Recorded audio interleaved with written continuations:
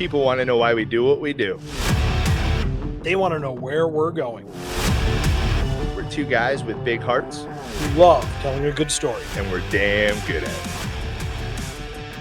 We're local realtors who love serving others. We are relationship-based and data-driven. We love showcasing our corner of the world. And we do it in style. We are the local voice in the community. It's time to turn on the mics. And let's get to the show!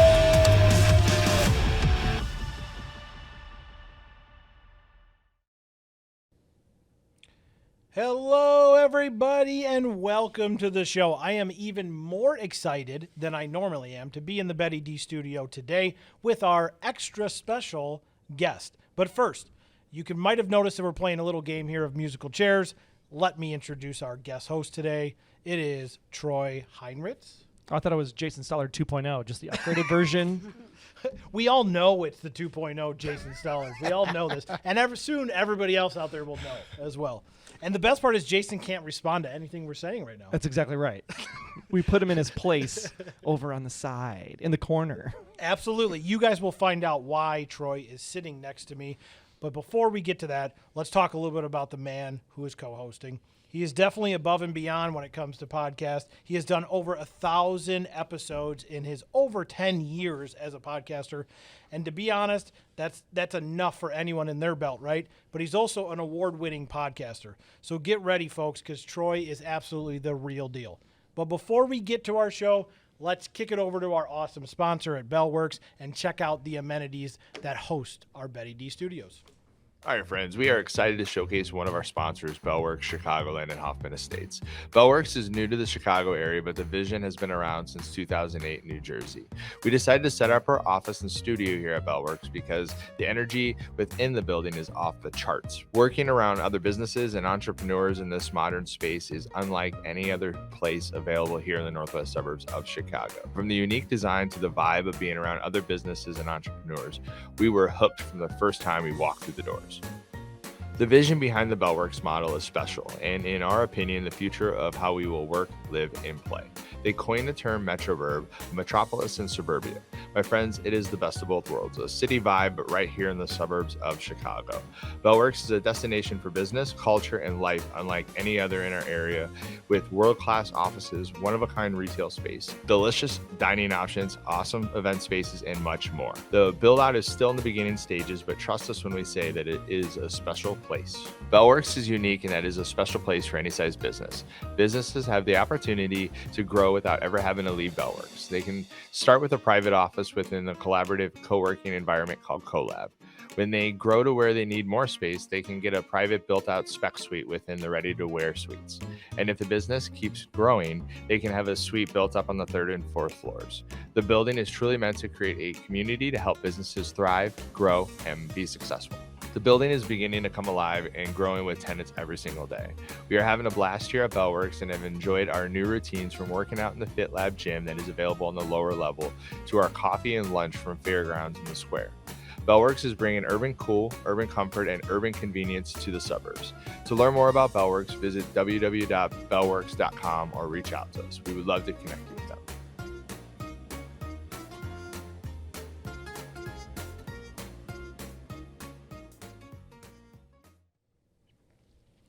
It's so great to be here at the Betty D studio today because I am super excited to be with this guy. I mean, Mike, you are the better looking, smart, intelligent version of this show. Hold on. Let me get out the money that we promised to give you for that. But I'm even more excited because you and I get to talk to my good friends, the Stallards, Jason and Kerri. Jason, obviously the host of this show in particular. And they have a really great story for us today. It's currently Infertility Week. And we're here to talk about infertility, but more importantly, the journey the Stallards have been on. And then also, I'm going to add in a little bit about my take as well that my wife and I experienced. And then Mike's just going to go along for the ride. And we're going to be excited about it because I'm here for the next hour if anyone needs me. He is a captive audience. And so are you. And we love that you're here. And we're just going to be having an amazing story and an amazing time. And we just want you to settle in and enjoy. But before we get to that, Mike, we got some things to talk about. Absolutely. And so what I would like to do right before we get to what's in our cup which we always do, is I'd like to introduce the Stallards. Everybody knows Jason Stallard. You've seen him out there. You've seen him out and about helping the local community any way possible that he can. However, you didn't know that there's somebody behind Jason that is even stronger of a person and influence in his life, in many people's lives that she touches. It is actually Kerri Stallard. Welcome to the show. We're very happy to have you, not very happy to have Jason. Happy to be here. Yeah, amen, Mike. And just thank you, Troy, for coming on, brother. It's nice to have you a part of the ride. So, Absolutely. Yeah, appreciate you in the village. So our guests know this already, but for the people out there, every single show, we like to highlight a different local beer that somehow connects to our guest. Absolutely, today is no different. I decided to feature a brewery called Around the Bend Brewing. Some of the young folk that are really cool, obviously I am not, they call it ATB out there on the streets. That's what they refer to it as. So this brewery is located in Chicago. It's on Ashland Avenue. However, the coolest feature about Around the Bend is that they have like 40 different local beers that they bring in. So It's not just them. They bring other local breweries into their brewery yard. And it's actually a really great place to check it out. In addition to that, if you like barbecue, Lily's is the barbecue joint that is featured inside of their brewery. The reason why I wanted to feature Around the Bend today is because for so many women and their partners, which I think is a part that everyone kind of misses out on, infertility has often caused them to feel like they don't know what's around the bend for them. They don't know what's next. They don't know what is coming. That unknowing, that inability to control something that you want to, that's really a feeling that many people have to deal with. And today we're going to dip into a little bit about that and how that feels. The beer that we chose from Around the Bend is called Vera. Why do you ask I picked Vera? I don't know myself until I looked it up. So there are many reasons that it does fit. The first one is Vera is a Slavic word in origin, and our studio is named after Betty D, who in fact was Slavic herself. So it kind of just gelled together, and I didn't even find that out until Kerri told me, essentially. But Vera, the word Vera, V-R-A, V-E-R-A, is a female word basically that means faith. And it is perfect for the conversation that you're about to hear today. As many women out there have to face infertility, it is important to always have faith along your journey in the process. It'll lead you to some meaning to what's happening, and it'll give you some kind of purpose, whether good, bad, indifferent. So before we dive into our show, let's all raise our glasses a little bit and dive into a little bit Around the Bend Vera. Cheers. Cheers. Cheers.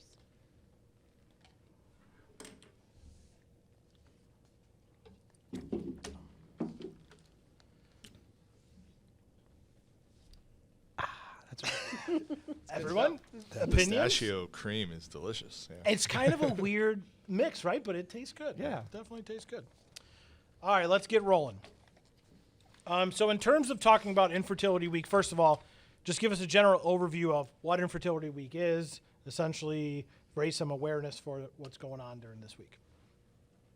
Sure. So every year, I think it's the third week in April is Infertility and Awareness Week. So it's a week that just brings awareness to what people are facing with infertility that has traditionally been something that's been very taboo, right? There's a lot of shame that is associated with it, so people don't talk about it. People don't talk about the fact that they're going through it.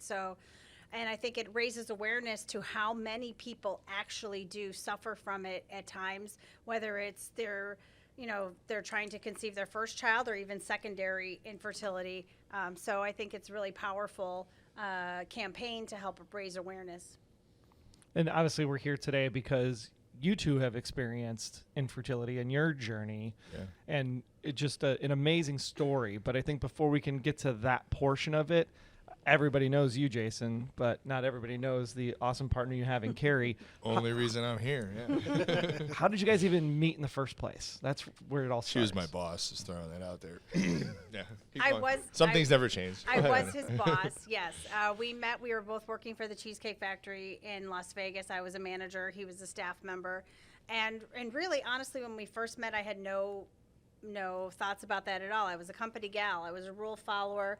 I was on the path to become a manager, so I had no thoughts about anything like that. But I mean, when we see Jason too, we have no thoughts. We understand your sympathy of why you didn't have. Honey, don't lie to him. It was my hard work, work ethic, and astonishingly good looks and beautiful hair. Well, you didn't have hair then. I did. When we first met, it was very short. And that's why he was in the kitchen instead of up front? Is that what we're saying? No hair nets wasted on that. Seriously, though, it was his work ethic, and he talked a lot about his family, and we connected having Midwest roots, so him being from Northwest Indiana and me being from here in the Chicago suburbs, there was you didn't find a lot of people like that in Las Vegas. And so then I had coerced one of my coworkers to kind of feel him out a little bit to see, what does he think of me? And because I was really nervous. I didn't want to break the rules, but I felt like there's something if you were going to here. do it, you wanted to know there was a shot. Yeah. I hear you. So you're saying I got a chance. So, 1 in a million. So I don't know. I got impatient. And then I just called him one day, and he jokes too because I said I shouldn't be doing this. But just to pause it right there. Many great stories in I want to paint life. a picture for everybody that's out there. I was at Buffalo Wild Wings. I was maybe 23, 24 at the time. 2 different people that I am right now. And I'm with all my buddies watching Monday Night Football. And she's like, I shouldn't be doing this. I'm like, it's my boss. It's my boss. Pointing to the phone. All my buddies are like yeah, sorry, you might not know that story, but that Look was the how truth cool I behind am. it. My boss is calling me. Who knew she'd be the love of my life? But yeah, there you go. Keep going. So then we just started talking on the phone for a while, for months. We would stay up late at night after work and watch Nick at Night and talk on the phone. Yeah, Fresh Prince of Bel-Air, Roseanne, and just talk. Great show. Yeah. Talk on the phone and built this friendship. And eventually we actually went on a real date to a place where nobody would find us, but it was this old local Italian hole in the wall joint. And what was the name of that place? Capozzoli's. Yeah. And actually, old school Italian joint. The best part is Jason had no idea. He had to ask you to see. He's well, like, I hope she knows. Anymore. And they weren't going there because they wanted to hide from the company policy. They were going there because they didn't want to we were supposed to eat a cheesecake. It's like company policy to eat at the restaurant. Oh, we were totally hiding. We had a Kerri couple said spots, she's a company person. She Cheating follows the on rules. us. They're going to some Italian place tonight.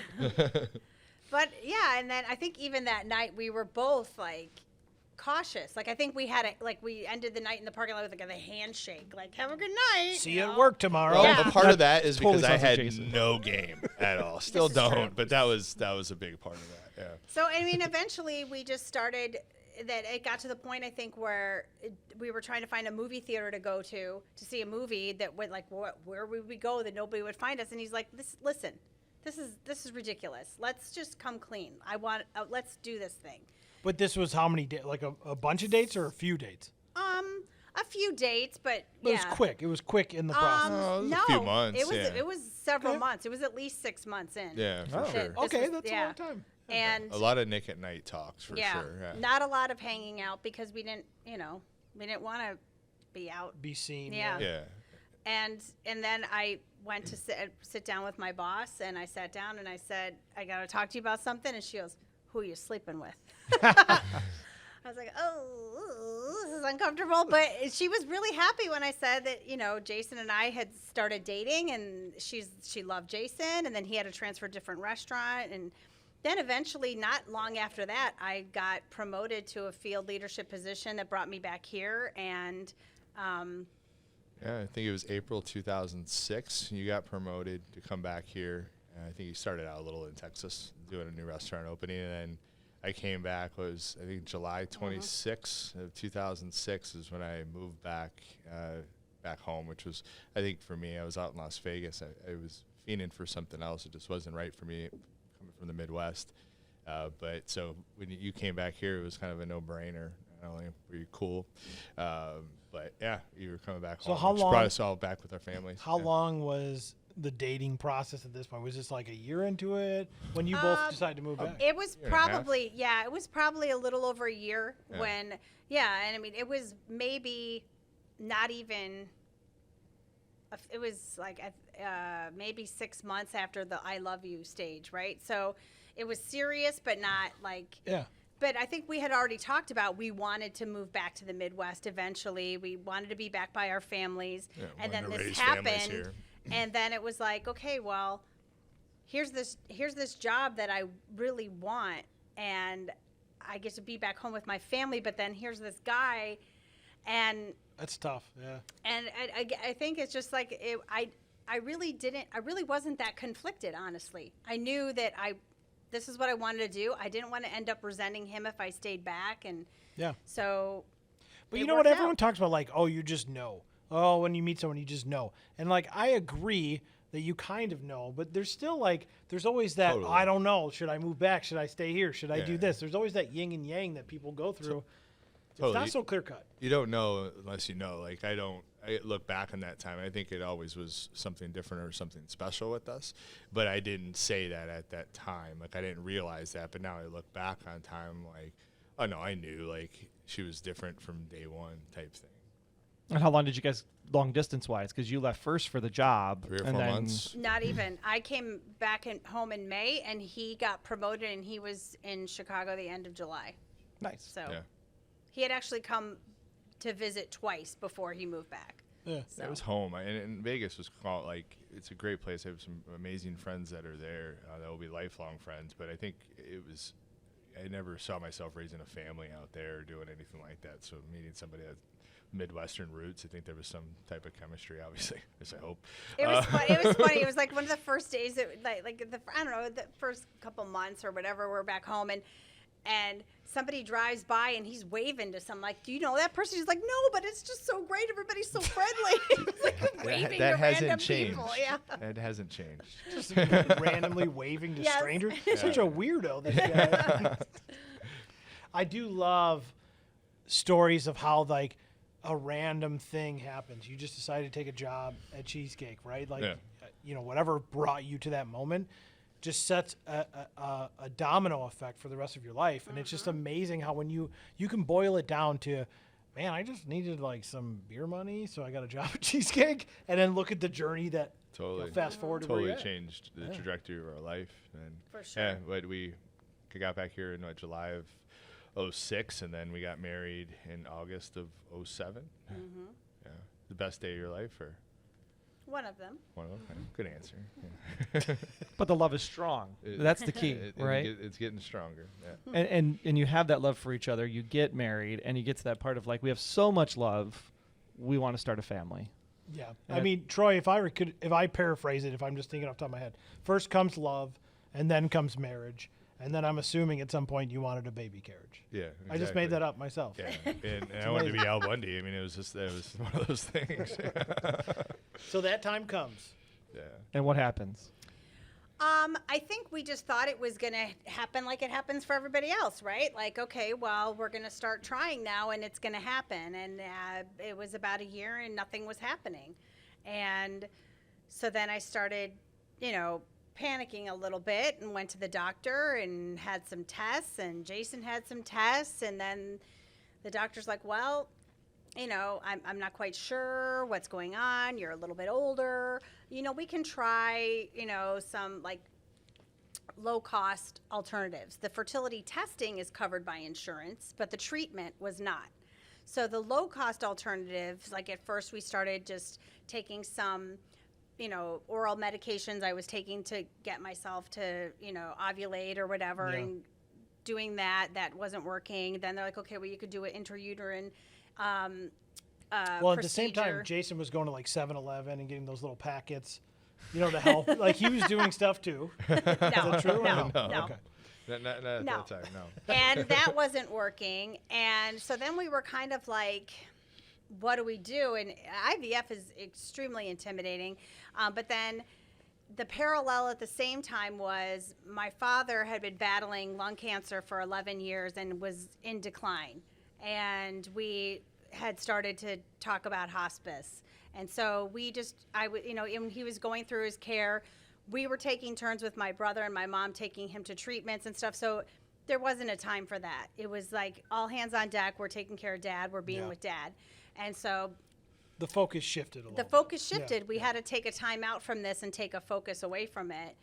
But it was still like this thing that was looming above, like, just, and it was starting to become really heavy. At first, Totally. it wasn't as Yeah. heavy, but as time went on, it became heavier because then people started asking you, "When are you guys going to have kids? When are you, and Yeah. you see Yeah. all these other people Well, starting for to sure. have kids, and it's like, okay, what's wrong with us?" Like at this point, we're talking 12, 14 months, right? Like, no, a couple years. Yeah. okay, so we're Yeah. talking More than that. 24 plus. So like, in my mind, that's 24 times that you tried, and then you have to get that disappointing, and that is a grind, Kerri. Well, we right? tried yes. a lot more than Yeah, I was saying- 24 times. Yeah. A No, no, lot He's talking more. about the pregnant. Whoa, easy, 24, Jason. 24 windows. We know you're awesome, Jason. We get it, okay? I didn't say that. I just said we Jeez. tried. But what I was trying to say was there Yes, were every month. Yeah, the like, disappointment every I- month. For sure. Yes. like, and I went through a very small scale of that, but like that frequency of it's going to happen this month, it's going to happen this month, and then it's going to happen this month, it's going to happen this month, like 10 times is a lot of times for that to happen. Yeah. Right. 24. Yeah, for And it's all the sure. crazy stuff, right? It's the stand on your head, Yeah.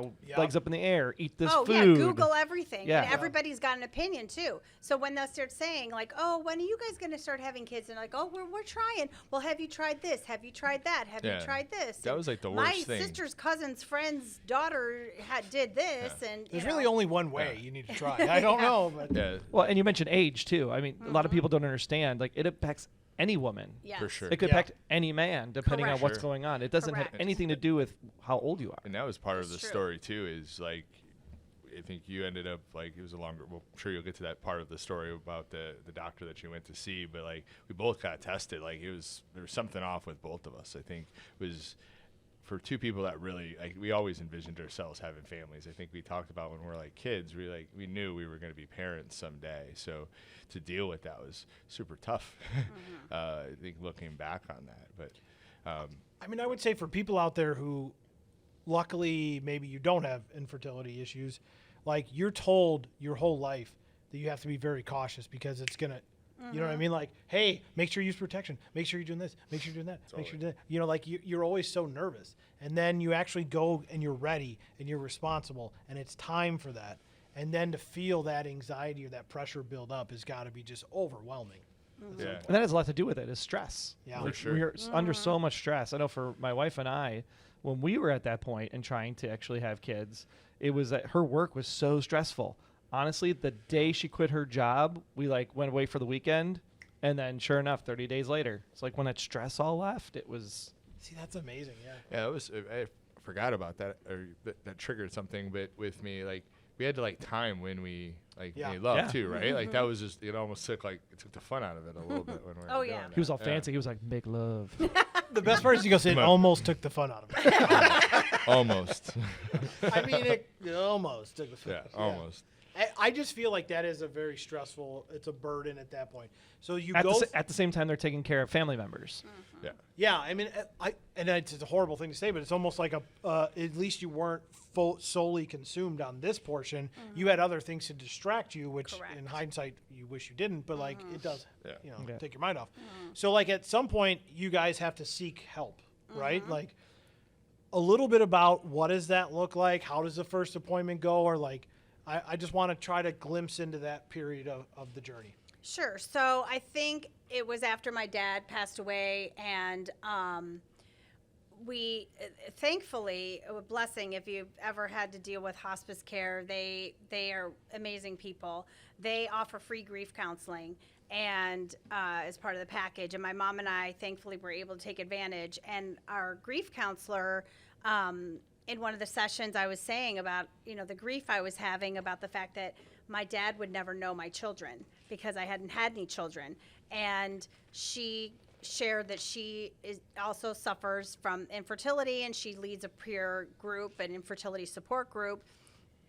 And so that was helpful. And but I didn't really do anything about it yet. I think what the first part was we started seeking to go, and we decided we're going to do IVF. We're going to bite the bullet. We're going to do this. And that was like crazy. Like our downstairs basement refrigerator was just full of like medications, and there was tutorials on, how to give yourself injections. I kept a journal of what medications I was taking at what time, and all the blood draws you'd have to go for and appointments, and you'd have all this whole schedule of when you have to go for this test and that test. And then I was doing acupuncture at the same time and trying to coincide. Our acupuncturist came to our house to give us acupuncture because the day after the transfer, you're not supposed to move around. You're supposed to lay around. And it's like all these things. That sounds extremely stressful. Incredibly. Yeah. And then that day that, and you at the go same in time, for the test. Try to create life at the same Right. time. Oh, yeah. No pressure. Yeah, no pressure. No pressure. Going in for the test that day, the blood test to find out if you're pregnant or not, and then you just got to wait. You just got to wait. And you can't, they tell you, like, don't do the home pregnancy test, blah, blah, blah, just wait. So we decided, okay, we're going to take a drive. We're just going to go. We took the dog, got in the truck, went to Madison, drove around, had lunch. On the way back, stopped at Rock Cut State Park. We're going to walk around for a little bit, just try to take our mind off everything, and then get the call that the test was negative. And that was like really deflating. Totally. Really deflating. Because that's a lot of money and there's nothing to. So then you go back to the doctor afterwards and say, okay, thankfully we had two frozen embryos. So we waited and decided what are we going to do next. And we waited about 8 to 10 months later, did a frozen embryo transfer. Okay. And that didn't work. Now we're out. So then we decided to go see another doctor. Let's see a different fertility doctor. Because, mind you, also these doctors are not like, their job is just to get you pregnant. That's their job as a fertility doctor. Their job is to make a baby. Yeah. And so they try to find out all the different ways to help you make a baby. But they're not also, they don't look at other ways, and that's what I found in the infertility support group, was that there's this reproductive immunologist that helps to treat the person to find out why are you not able to, what is going on in your body, that gave me this like binder of like every different mineral, vitamin in my body to see where I was deficient, not deficient. I had to take all these vitamins to try and get my body ready to be able to have a child. But I think the key is that you have all of that stuff, right? And I think talking about stress, the support group is really the key, because you have to have a clear mind in order. And if you hadn't been at this hospice moment with your dad, like the journey, it's like these people come into your lives at this exact moment for this reason. And if you hadn't had that support group, I can only imagine like how painful this would have been without the help of those people. And it just the gift that it gives you to know that you're not alone. And the time that these gifts keep coming to me and coming to us, and the help, it's not coincidence in my mind, right? When I look back, that these things happened, that I met Julie as a peer counselor, that I went to this support group, that these ladies told me about this doctor, that even just talking with them about the struggles that they were having and getting coping mechanisms, like saying like, it's really hard, like getting permission to say you don't have to go to a baby shower if you're going to leave crying. You can send a gift and you can meet with the mother at another time and do something nice for her. You can give a gift card if it's too painful to pick out baby things, because those things were horrible. They were not good. Traumatizing almost. Traumatizing. Right, so many things, like going to church, seeing families, baptisms, forget about it. Leaving the sanctuary in tears. 99% of the time. Making food for people and delivering it to them. Oh yeah. Yeah. When they had their had kids. a baby, it was a very open-eyed moment for sure. Yeah, and that was when I was like, really, God, really? Yeah. This is what you're having me do? I'm gonna make food for somebody else that just had a baby. I'm gonna greet this woman at the door who's in sweats that has a newborn, and I'm gonna get back in my car with my dog and drive away. Like, and you're as a husband, you're going through this too, right? Because you have like almost like twofold process here of I want to be a dad, but you have to be the strong one, the supportive one, the one that's always going to be there for your wife. Yet you're going through the same emotions. What kind of support did you have, Jason, going through this? Yeah, I think I didn't have much support looking back other than Kerri. And I think if I had to look back, for one, I would think I didn't understand how hard emotionally and physically it is for a woman to go through this. It was I mean, I look back now and it's still like embedded in my brain. I'm like, man, I should have been a better husband and cared more and been more empathetic about things. But I think from the strength piece, I think we bounced off each other through this, and I think what we learned is we could either go outward or we could go inward with each other. And I think although we had outward moments, we went inward and we figured it out, and it helped us and to chisel us to get through it. Looking back, it was one or the other. Very rarely were both of us positive at the same time, or both of us down. One of us was always carrying the weight. I mean, I don't know if you agree, but For sure. And mind you, at the time, we were not telling people about this. So there was very few people that knew what was going on.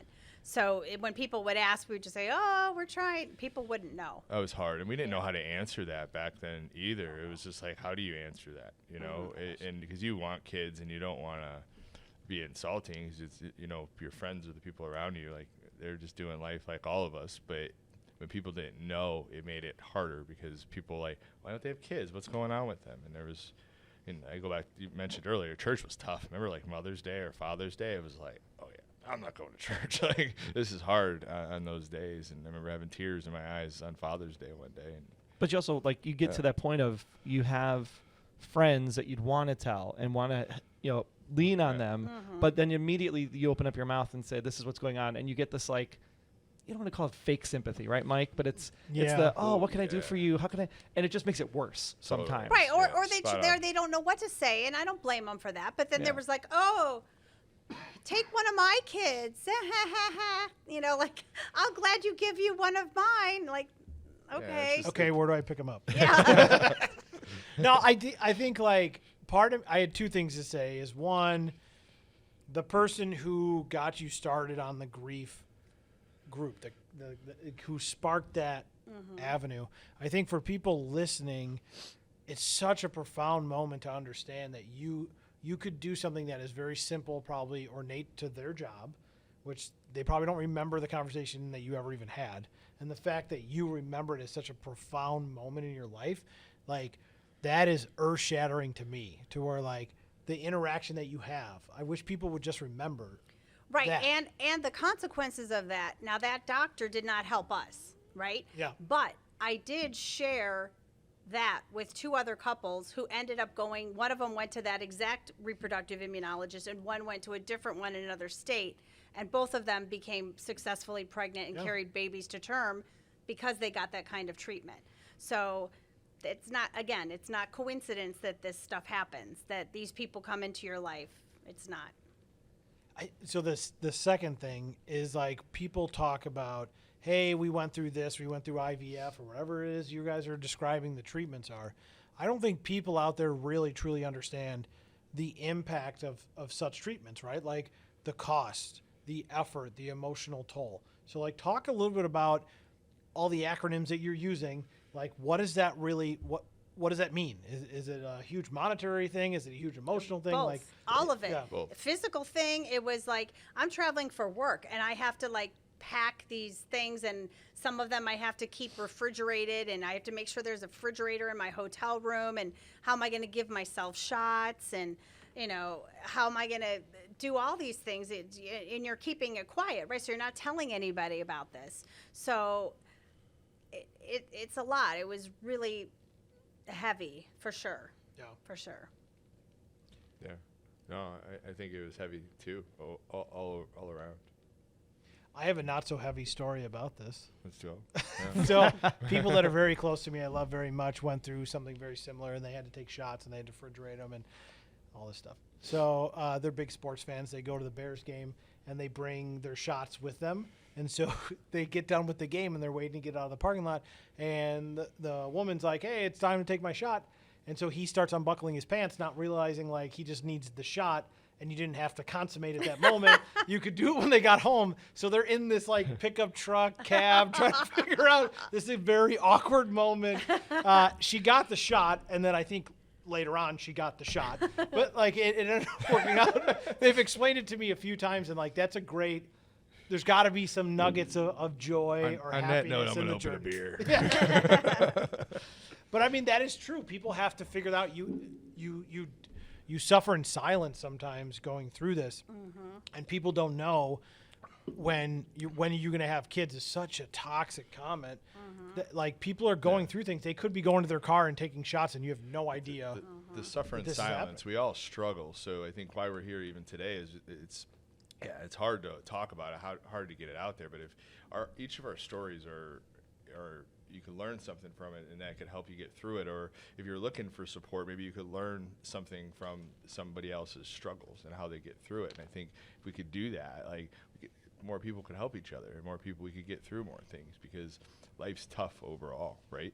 So if we could share our stories, and you say suffering in silence. Why do we always have to suffer in silence? Like we say, it takes a village. Like, let's find your village with that, just like you did then, and our villages have grown since. But villages and people that go through similar things are our goal, because you can be real with them, and being real is what helps you get through it, even when it's tough. To the men out there, I think it's important to understand, like, at least for our story and people I'm hearing stories, you're not outwardly telling everybody you're going through this.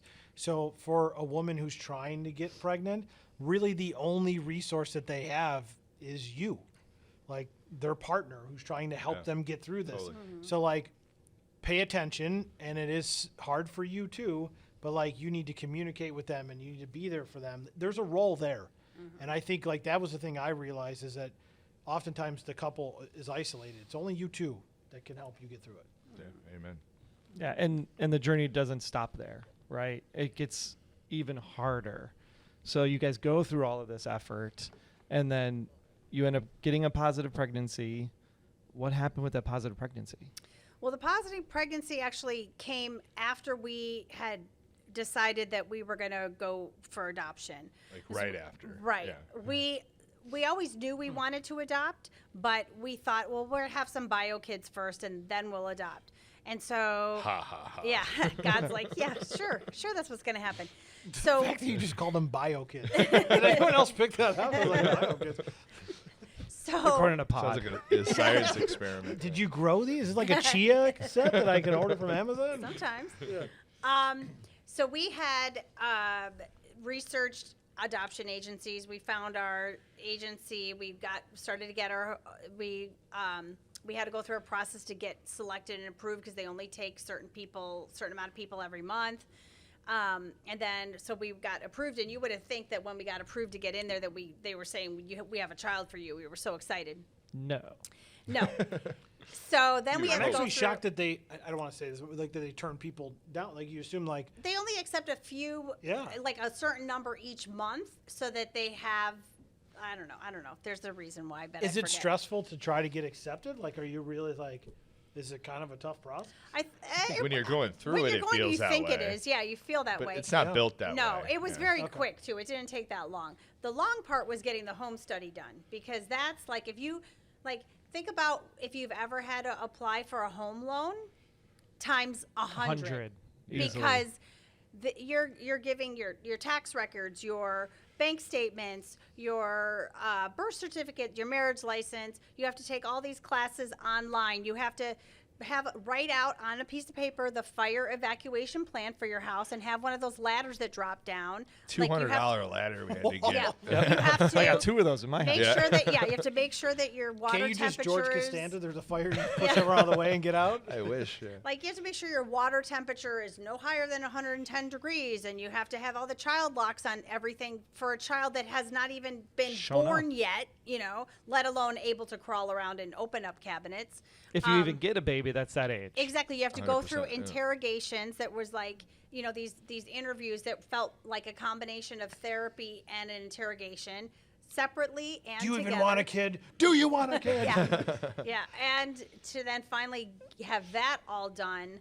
And so we had just gotten through that, and then So the people out there, are you listening to this? This is when you choose to adopt Yeah. another child. yes. And there's some people out there that there are no qualifications. Yeah. And this is absolutely absurd. This seems like a lot. And That I is a understand lot. that there's probably reasons.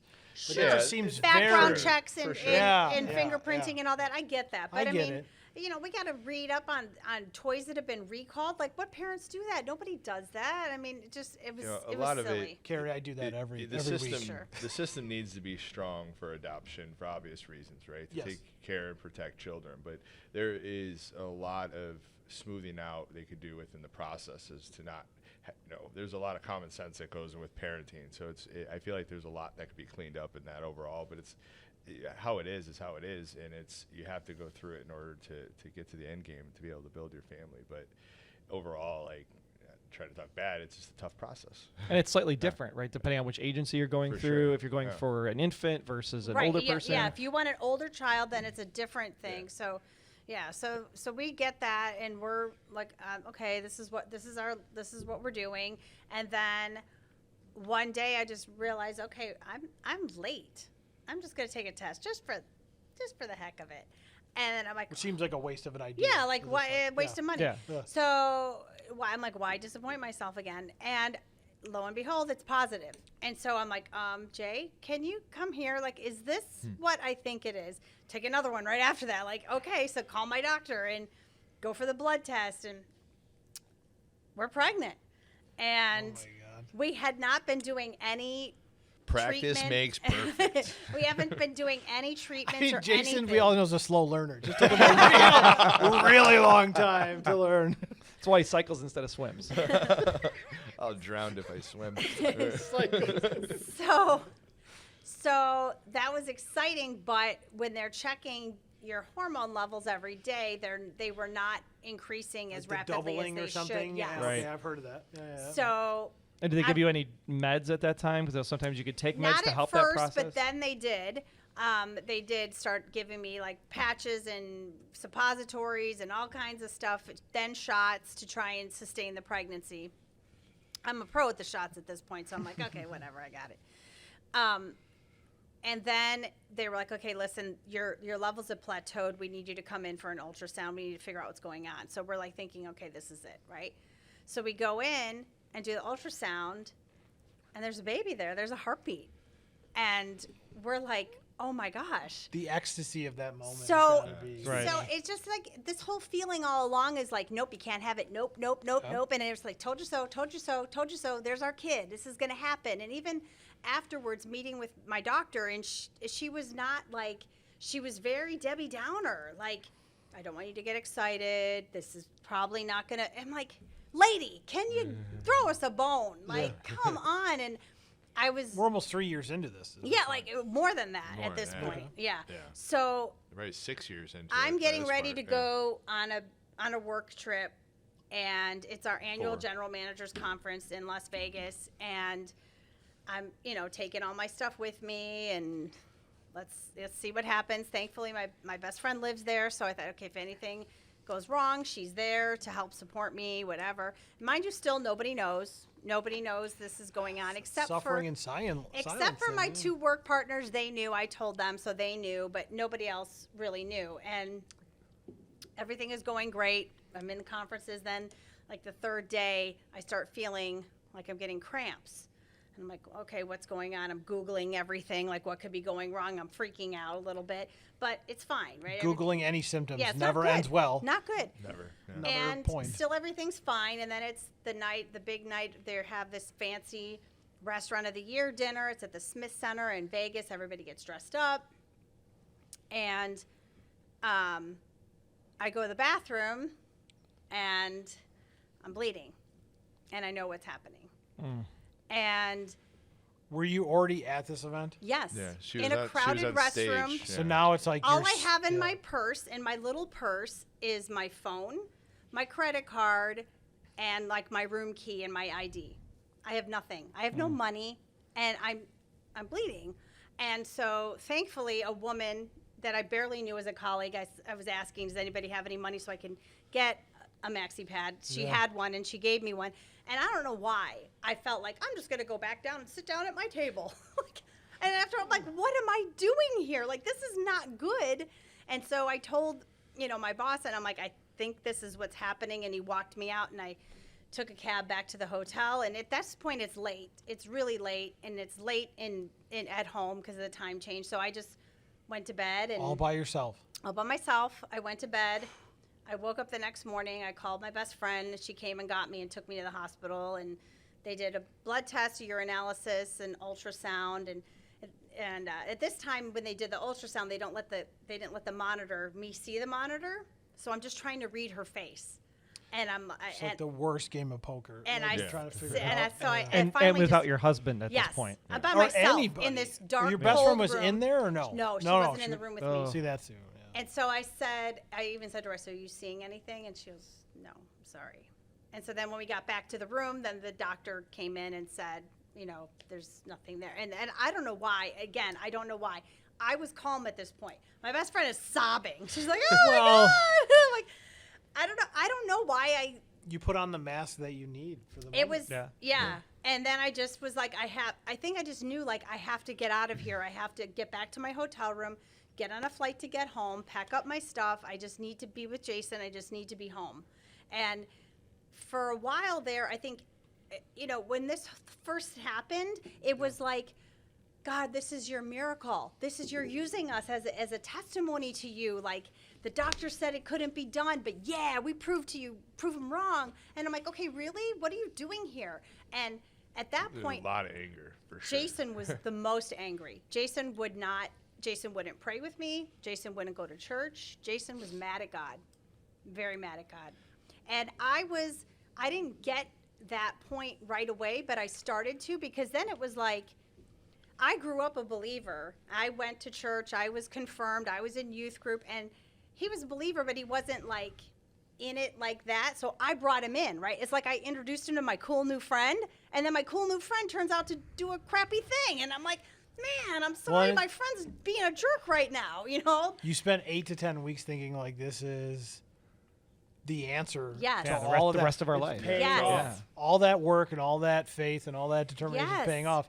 And then, to do it at that point where you're isolated completely by yourself is like the worst possible time. And the fact that you fight or flight, right? It was like basically like, what are you going to do? Mm-hmm. And so like, unbelievable, Kerri, the amount of composure you have to just keep it together to get to a place to grieve. Mm-hmm. And that's just the power of what a lot of people are going through. And I think that is unbelievable. And where were you guys at that point? Did you guys find a pregnancy after loss group? Because I know that's what we did when we had the miscarriage, was immediately dove into like that support group system again. How do you find a Yeah. group like that? Is that For like us, it was we were at the hospital at the time when Okay. the miscarriage happened. So we were sitting there and just talking to the people there, and we just happened to walk down by the chapel, and a lady that ran the pregnancy after loss group just happened to be there. And so I was like, hey, like, Fortunate, what do yeah, you do mistake, here? whatever, And yeah. talked about it. And we're still friends with people. At least my wife is really close to a lot of the ladies from that group, even to this day. That's I mean, it's some powerful. 20 It's 20 years I later. wish. I did talk about it with the ladies in the infertility support group, but again, very few people knew. More people knew then because I had to leave the conference. So, like, even it was nice. It was really nice. Like, the president of the company actually reached out to me after the fact and expressed condolences and whatnot. But nobody knew. Nobody knew. No, people thought I left the conference because I was sick, like I had a head cold or whatever. Nobody knew why I was gone, and probably some, not even to this day, know that that's Yeah. really what happened. I don't know. It's just amazing that when you try to look at how that impact can be, it's really profound. And the fact that you were able to find a group of people that are strangers that are going through the same thing, and you could tell them the entire story, but like your, I don't know, I'm just guessing, brother or sister or family or whatever, you couldn't tell them. And that's another thing that I think people don't realize, is that like you felt more comfortable in a group of random strangers, right? Well, because there's an element of shame. Yeah, I think all And women would go through especially that. as a woman, you feel like you're not a woman. Your body has failed you, Yep. and that you don't belong in the company of other women that are like that, because you're different, because your body doesn't behave in that way, and so you don't talk about it. I think that's one of the things this podcast is hopefully going to achieve, is like people understand that as you're not alone mentality. Yeah, absolutely. 1 in 8 couples suffer from infertility, so the odds are at least one person. Okay. So you go through this. You get through this process. At this point, you just got to be so fed up. You brought him in. He's a believer. You feel like, hey, God's going to take care of this kind of thing. Like, at this point, what is your next step? Like, where do you go from here at this point? Well, I mean, I think at that point we're still trying to figure out how this adoption thing is going to work, right? And we're trying to focus our energy on that, right? We're trying to create our profile, change our profile, take new pictures, just really putting all our energy into that. And did you guys decide to do local, or did you decide to do international? Like, what is your adoption journey as far as, like, where did you target in? Because those processes are so different depending They on are. where you go. We said, only domestic adoptions. We went with an agency that only does domestic. And we were pretty open as to what kind of situations we were open to exploring. And to the point where we even were getting some, like, emails would come randomly and say, like, I remember one of the first ones that came was, like, on Easter. And it was like, this baby was born on Good Friday. This woman has placed a child before. She's interested. She's probably going to place him. Is in Crystal Lake. And if she decides to pick you, if you allow us to show her your profile, you would have to, like, come get the baby tomorrow. And we're like, oh my gosh, yes. We're so excited. Of course, didn't happen. Which is a whole other level, right? Yeah. Because, like, you're going through this whole infertility process and you're like, shots and, oh my gosh, test now. You know, do the deed now, do the disappointment, all of that. anticipation of All of that. disappointment. Yeah, And now you literally have to sit by that phone 24/7 Yeah. going, like, it could ring any moment. Or not. Or not. Yeah. I mean, And many times not. And there were I several think it's situations almost worse if it like that. rings and then it doesn't happen. Yeah. right. To So you're me, that like seems like I'm the checking on your worst. car warranty. It's like, gosh darn, like, what the heck? I do need a car warranty. Yeah, I think we learned a lot I through also that. need a child. Do you have both? I think we learned a lot through that process. Yeah. And we saw, I think our perspective got wider, at least mine did. I don't know if you feel the same way, Kerri, but perspective got wider on who we met along that journey. And you share the story a little bit about, like, the different birth mothers that you've talked to along the way that didn't work out. Right. There were a couple that we got. There was one that, I mean, it was obvious that there was something else going on there with her, if she was on some drugs or something like that, because she was calling me at all hours of the night, and she was saying that she was seeing Black Panthers in her backyard, and it turned out that she was talking to us and a couple other prospective adopted parents at the time. And the agency was super helpful when I called, and I'm like, this is kind of weird, this situation. That's why the agency is so great, because they have experience with that. I'm like, Yeah. this seems odd. They're like, yeah, this is not right. is We're not going to normal. call her. This is not cool. And so that's where they're like the Panthers in intermediate- Minnesota? This doesn't No, sound she right. was in. I think she was in Georgia, that one. Yeah. And then there was another It's warm one. weather. Could have been Panthers. Could have been. There was It another was one just that awkward was in. that it was 3 o'clock in the morning. yeah, I it was think. not good. Just there a was- fat there was black other cat signs from next there. door is all it was. Yeah, probably. Stray cats. Yeah. There was another one that was in Kentucky, and we talked to her on the phone, both of us. And I mean, I'm on the phone with her. We're both on the phone, and I'm taking notes as to everything she's saying. So I know that she's got 4 kids. I know that her husband was recently arrested in this bogus, he was set up kind of robbery thing, right? They're always set up. It's Kerri. always a They're setup. always set up. And she's pregnant, and she can't afford to have a 5th child. She's looking to place. So I'm getting all this information, right? Names and stuff. Hang up the phone with her. He's in the basement on the computer Googling, finds the guy's arrest record. We find this, like, YouTube video of, like, they were the recipients of, like, some program where they gave, like, Christmas gifts to a needy family and all this stuff. So we're, like, obsessed, right? Like, obsessed, like, trying to, like, figure this out, trying to control everything is what we were doing, trying to have some kind of control over the situation. And at the same time, you're also trying to figure out, as part of the adoption process, are you going to have a closed adoption? Are you going to have an open adoption? So there's all of that, because now you're thinking about, well, what does this look like in year 3, in year 5, in year 10? Is this birth mother, Yeah. birth father going to be at Christmas with us? And For sure. Right. and like, how do you decide to, like, shut off this other family to a closed adoption when you really want to be open and loving for the kid that you don't even have yet?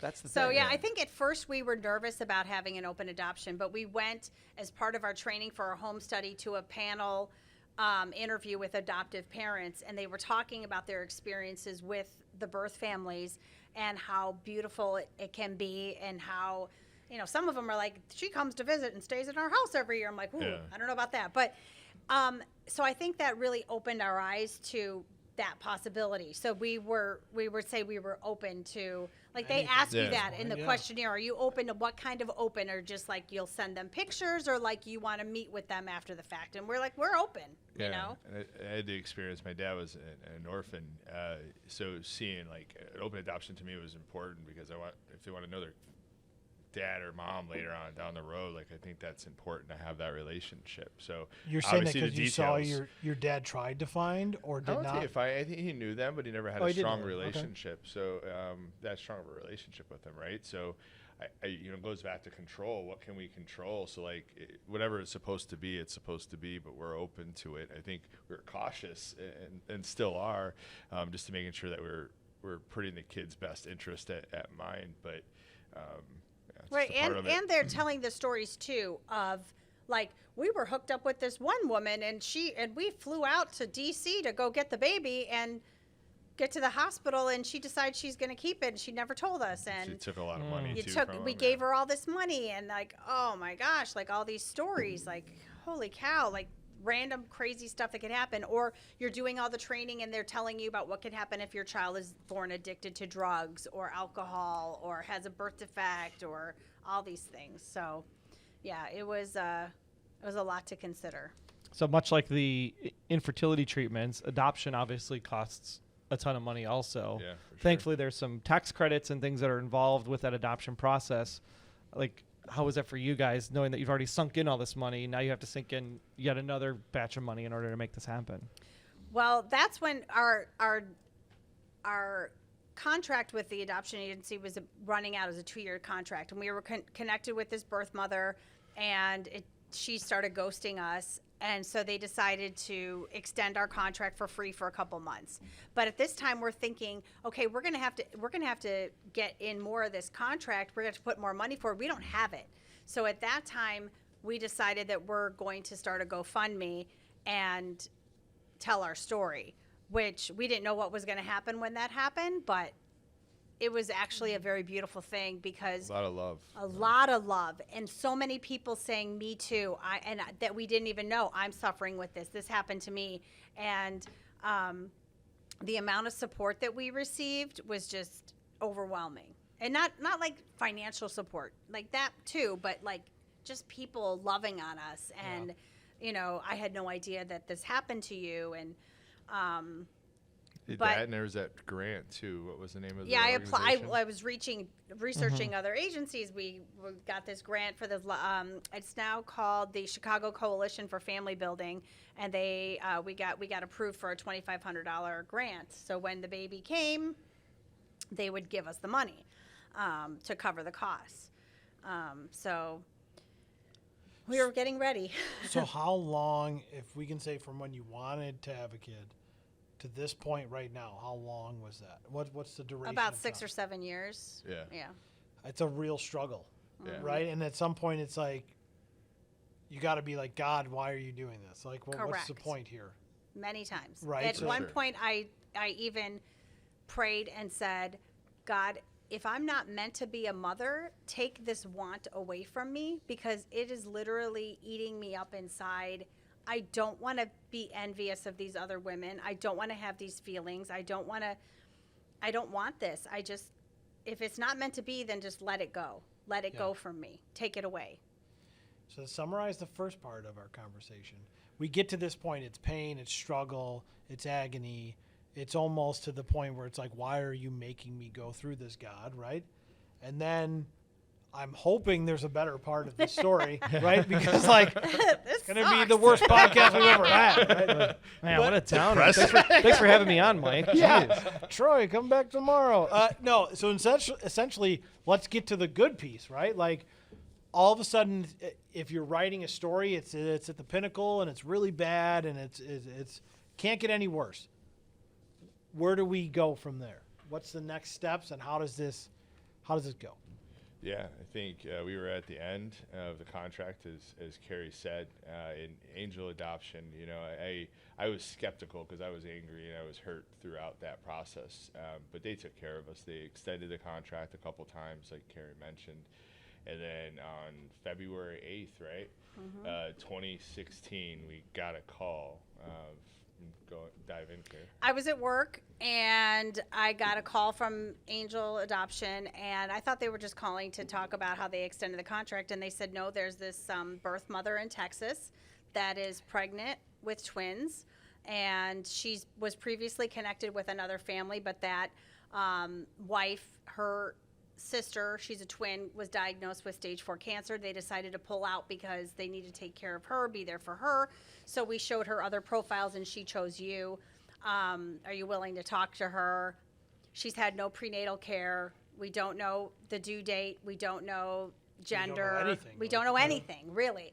And so I just started, they gave me her number and I just started texting with her. And so at that point they say, hey, look, we got this family. We don't know nothing about it. Do you have to say yes or no at that point, or you just say like I'll engage with them? Yes, that you just engage. You say we can connect us, right? Got it. Okay. And throughout that process, then it's her decision whether or not she wants to move forward and say yes, I'll be connected with you. 100%. Got it. So she was at the time they said she didn't want to talk on the phone because she had a sinus infection. Now looking back, I'm like she had a 2-year-old son at home. I think she just didn't want to talk. Yeah. Right. And so I'm texting with her back and forth, getting to know her for maybe an hour. And then she's like, yeah, I think I'm good to go. You want to talk with your husband? I'm like, he says yes, it's fine. I remember you called me and you're like, so we got a call and it's for twins. Like, and I remember that moment, like sitting in my office still kind of crazy. And you even asked, like, do you think we can handle twins? We're like, sure, like whatever. we wanted 2 kids too. Like we were looking at our next, like we get 1 kid. When can we get another one? So I think that was always our vision since the beginning. So God blessed us for sure. Yeah, and so, then at that point it's like, holy cow, what happens now? And I remember I called my mom, and she was out shopping with her friend, and I told her about how they're twins, and she goes, "Are you kidding me?" And I said, "No." She goes, "So we're just out shopping. This is February. So they're out in these sales, and she found these angel snow babies, and there were 2. And she said, I'm going to get these 2 in case it's twins." On that same day that happened, and it's like twins. Yeah, she's like, "Are you kidding me?" So we went home that night, and we had to start filling out paperwork because the agent where she was in Texas, another agency, we had to do other paperwork, we had to do more fingerprints, all this stuff that forms we had to fill out and then have notarized and faxed in and all this stuff, and take the trip to Bye Bye Baby to get what we needed. Thankfully, I called a friend from the infertility support group who had adopted out of state and said, what do we need in the hotel room? Wrote the list on the back of an envelope, like going into Bye Bye Baby, getting all the 20% off coupons or whatever, and saving the receipts, hoping we don't have to return them, that she'd change her mind.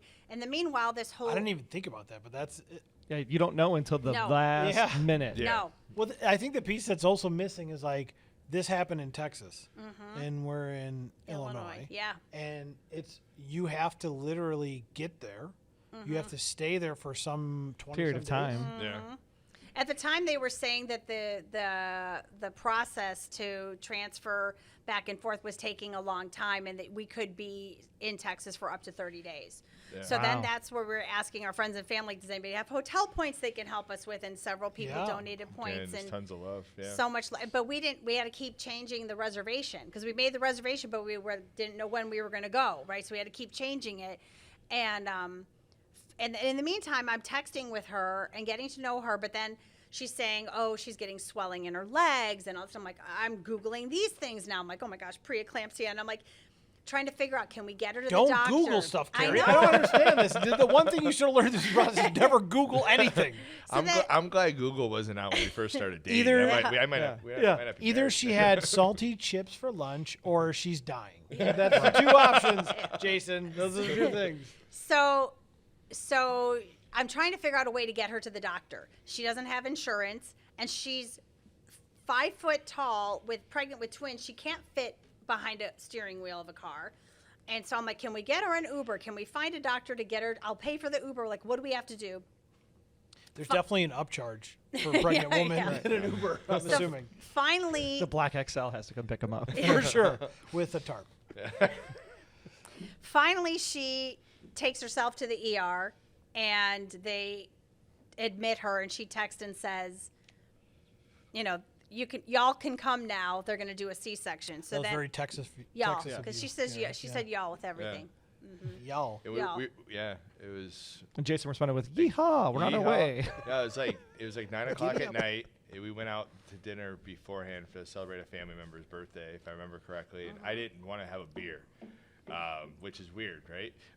So looking back, we didn't know it was going to happen that night, and it did. But at 9 o'clock, we got the call, and Kerri was like, "So do you want to leave now?" And Yes. yeah, yeah. So we drove straight through.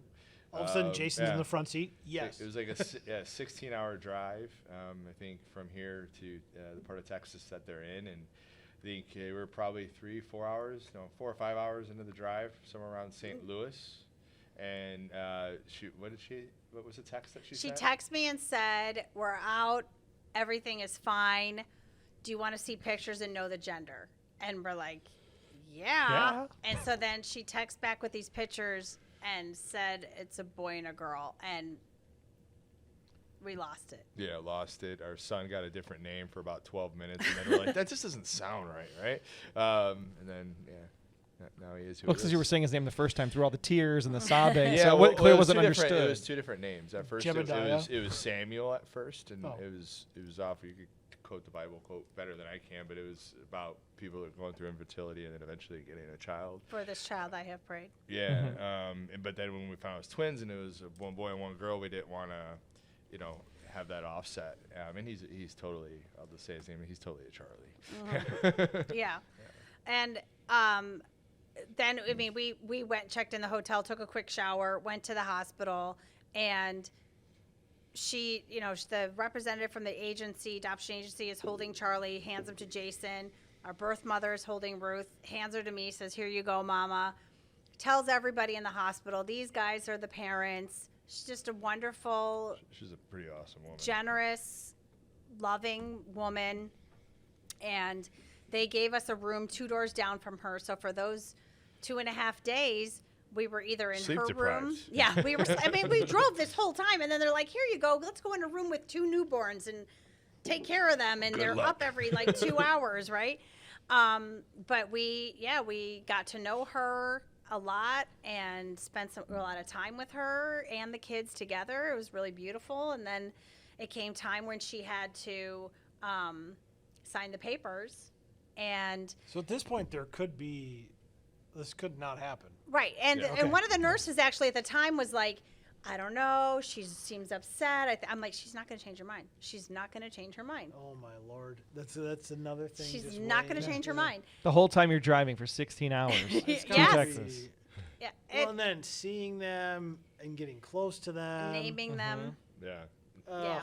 Because they're named after family members too, so it's like Yeah. so we waited so long for them, and it's such a deeply personal thing, and but she asked me if she could have alone time with them before she signed it, and I was like, of course. I'm wheeling them down the hall to her room, and then she texted me when she was done, and then they had to find somebody, not an employee of the hospital, not even a volunteer, to witness, because they can't say she was coerced, right? Right. Okay.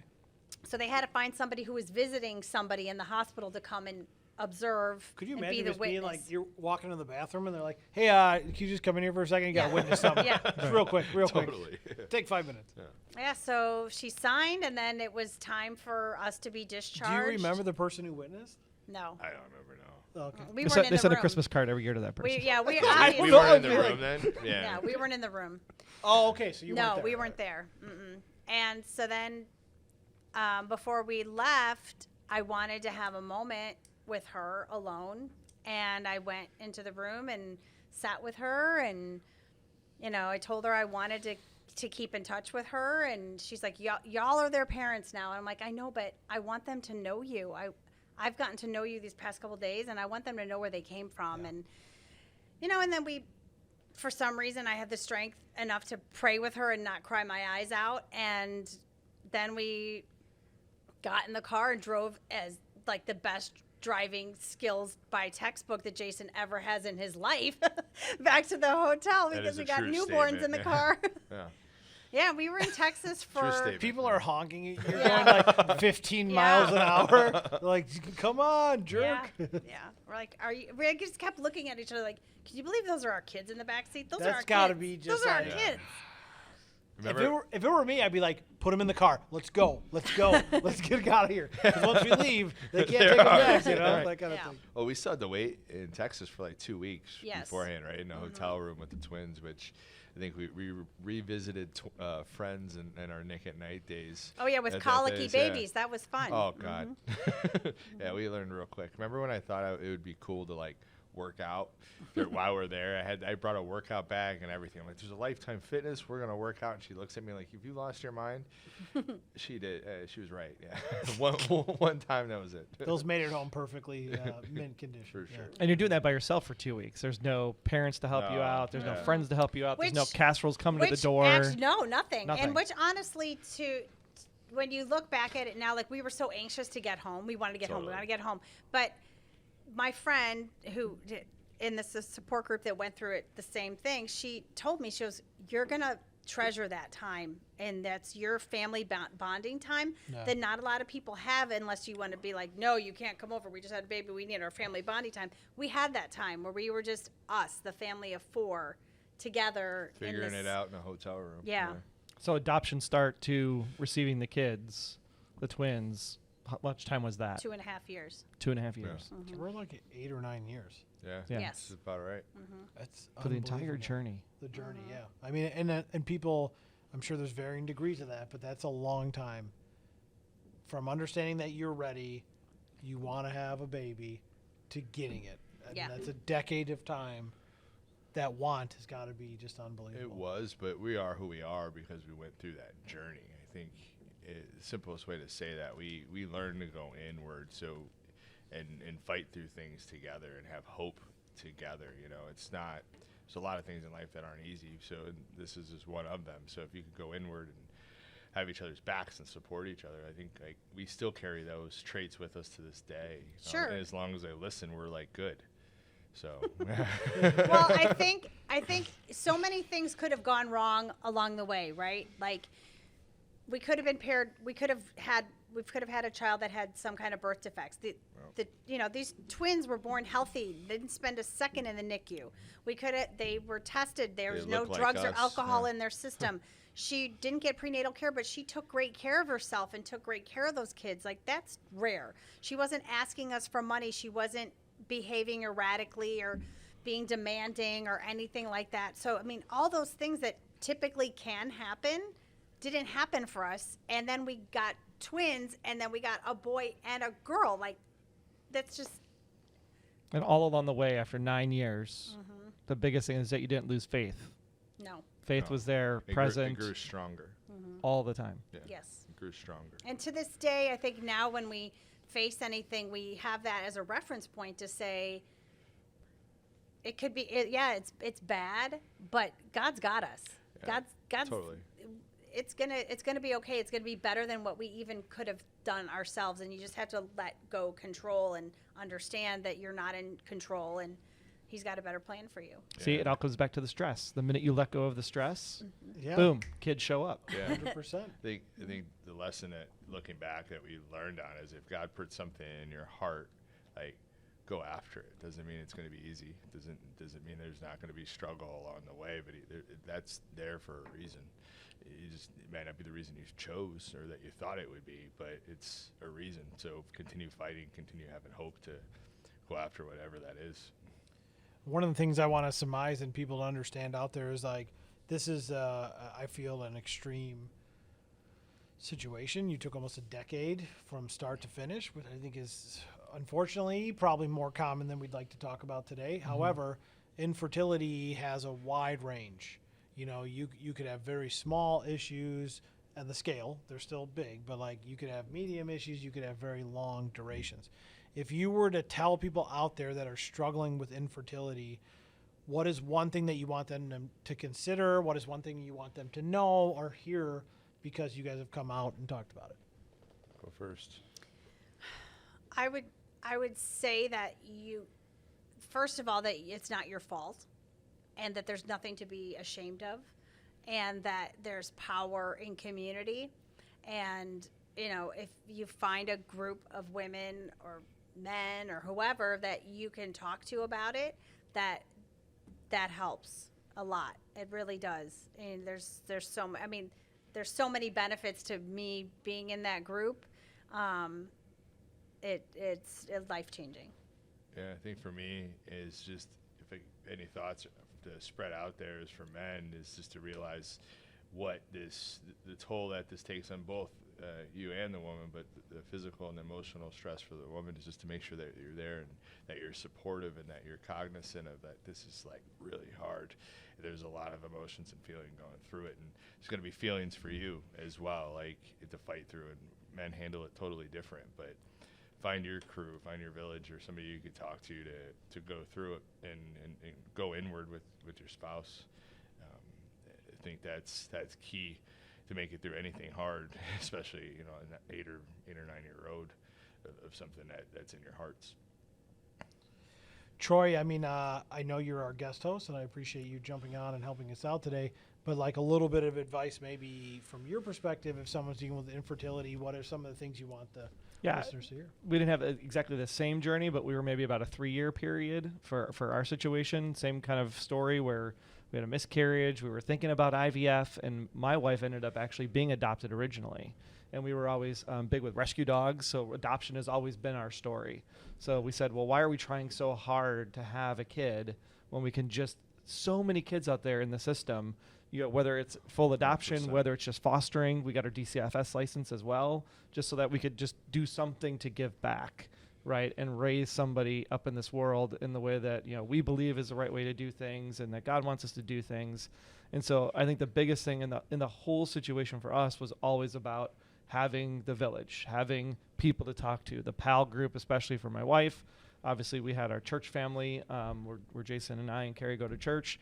They were very supportive through the entire journey. So don't do it alone. That's the biggest thing. The reason why you want to have a family is because you want to multiply the number of people you can share in the love with. So why go through that journey solo also? Amen, man. And you triggered on something for me. I know there's a lot of feelings. Like, does it feel different that they're adopted? And I think we thought it would, but it doesn't. If you love a child, if you care for a child, like that's it. Whether they're yours biologically or not, it's about love. It's about caring for them and helping them be the best that they could be. And I know some people are like, well, they're not gonna be like us or whatever. Like, love is love. Simple as that. But the funny story is that the whole as soon as you adopt, you're gonna get pregnant with your actual kid. We were that typical, like literally 9 months after the adoption, Trace ends up getting pregnant, and we're kind of like, well, God's plan. Even more, even more to enjoy, right? Amen. For sure. It's a beautiful thing. I would say, obviously my cup is empty. It's been empty for a little bit. However, I'm gonna keep you off the juice. I know, yeah. I'm drying up. I'm soaking up. In terms of Kerri, first of all, I admire you in so many ways just for dealing with Jason to start. But after hearing this story, I think, to speak out and to talk about it, to me is extremely powerful, and I think people will resonate. Jason, obviously we know you in a different light. I think to get a little more glimpse into who you are, it doesn't surprise anybody who knows you. Truly, you genuinely are a wonderful human being. Say that again. Just nobody else, just you. No, we can cut that out, right? We're not live right now. Well, and this journey probably helped mold him into what he's doing now for the communities, especially. Like he might not have been able to do what he does now without this experience to build it and strengthen you. It gave me a different perspective, and I would say every piece of my life, this and other things have chiseled me to who I am today, and what makes me want to live out this vision with y'all. I mean, it's hard for me to surmise as we wrap up. Your story is unique. However, it's sadly not unique. And that's the message that people need to understand, is that this is just an example of somebody's infertility story. There are many degrees of infertility. And I think if you take a hard look at the people around you and you start to see people grieving in silence, hopefully you take some action and you help them find positive ways to get to their end journey, whether it be awesome, like Jason and Kerri's story here, whether it be getting inception after you've adopted, whether it's taking some drugs and getting a baby or not having a baby at all. There are many different ways to do that. I am very proud to have been part of this episode, and I really want to emphasize to our listeners that it's okay. And if you need help, it is awesome for you to seek the help or understand someone who is struggling and find somebody who can help with making it okay for them to deal with what's going on. So, Troy, any following words or last minute comments? Biggest thing is just connect in locally, right? Talk to your local hospitals, your local shelters. Just find people that you know out there that can help you on your journey. Because if you try to do it alone, it's hard. It is, time consuming. It's financially consuming. Everything about it is just consuming. And so when you're empty, you need someone to fill up your bucket. So make sure you find someone to do it with you. Yeah, we're stronger together. That hasn't changed. Yeah, we're Absolutely. stronger together. It applies. Find your village and Yeah. go inward and come out on the other side. But we're stronger together. Absolutely. For Mike and Jason, Mike for and Troy. Mike and Troy, for Mike, Troy, Jason, and Kerri, whatever's going on here today. But I really want to thank everybody for listening to Love Local. Every community is made up of unique and interesting people. Obviously, Kerri and Jason are a tremendous example, as well as Troy, of that in our community. So until next time we meet, support local, love local, and we are all stronger together. Please say out. peace.